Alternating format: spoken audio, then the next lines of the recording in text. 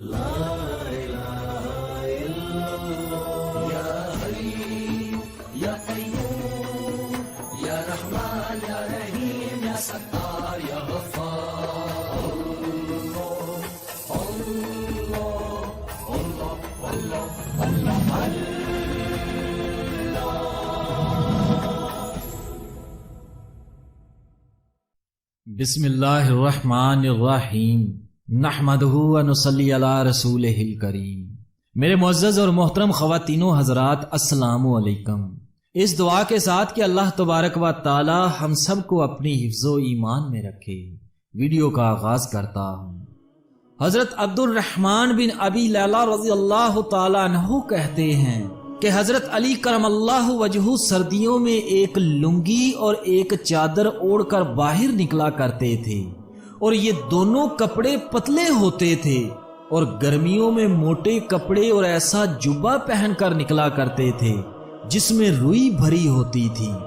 लोगों ने मुझसे कहा, आपके अब्बा जान रात को हजरत अली रज़ियल्लाहु ताला अन्हु से बातें करते हैं, आप अपने अब्बा जान से कहें कि वो हजरत अली रज़ियल्लाहु ताला अन्हु से इस बारे में पूछें। मैंने अपने वालिद से कहा, लोगों ने अमीरुल मोमिनीन का एक काम देखा है जिससे वो हैरान हैं।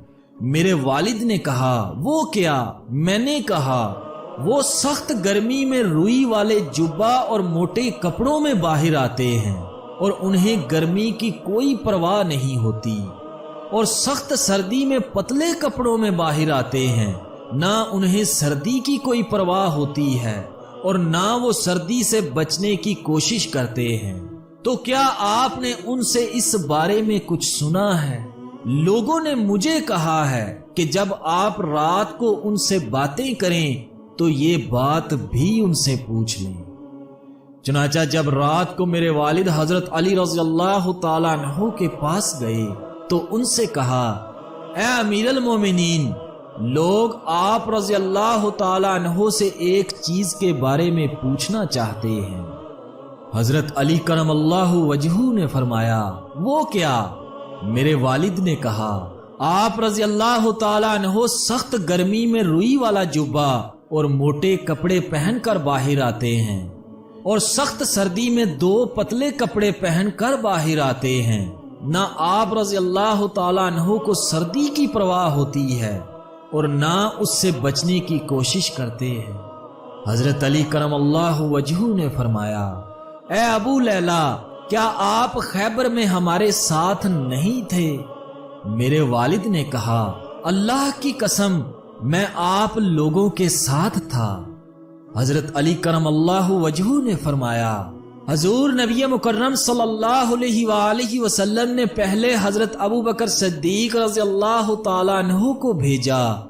वो लोगों को लेकर किला पर हमला आवर हुए, लेकिन किला फतह ना हो सका, वापिस आ गए। हजूर पुर नूर सल्लल्लाहु अलैहि वसल्लम ने फिर हजरत उमर फारूक रज़ियल्लाहु ताला अन्हु को भेजा। वो लोगों को लेकर हमला आवर हुए, लेकिन किला फतह ना हो सका, वो भी वापिस आ गए। इस पर हजूर नबी मुकर्रम सल्लल्लाहु अलैहि वसल्लम ने फरमाया, अब मैं झंडा ऐसे आदमी को दूंगा जिसे अल्लाह और उसके रसूल से बहुत मोहब्बत है। अल्लाह उसके हाथों फतह नसीब फरमाएगा और वो भगोड़ा भी नहीं है।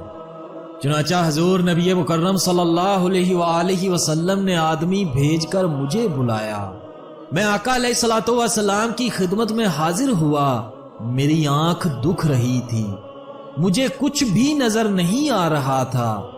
हजूर नबी मुकर्रम सल्लल्लाहु अलैहि वसल्लम ने मेरी आंखों पर ला मुबारक लगाया और ये दुआ की, ए अल्लाह, गर्मी और सर्दी से इसकी हिफाजत फरमा। उसके बाद मुझे ना कभी गर्मी लगी और ना कभी सर्दी। हजरत अबू नईम रहमतुल्लाह अलैह की रवायत में ये है कि नबी मुकर्रम सल्लल्लाहु अलैहि वसल्लम ने अपनी दोनों हथेलियों पर लाब मुबारक लगाया और फिर दोनों हथेलियां मेरी आंखों पर मल दी और दुआ फरमाई कि ऐ अल्लाह, इससे गर्मी और सर्दी को दूर कर दे। اس ذات کی قسم جس نے حضور نبی اکرم صلی اللہ علیہ وآلہ وسلم کو حق دے کر بھیجا ہے، اس کے بعد سے آج تک سردی اور گرمی نے مجھے کچھ تکلیف نہیں پہنچائی۔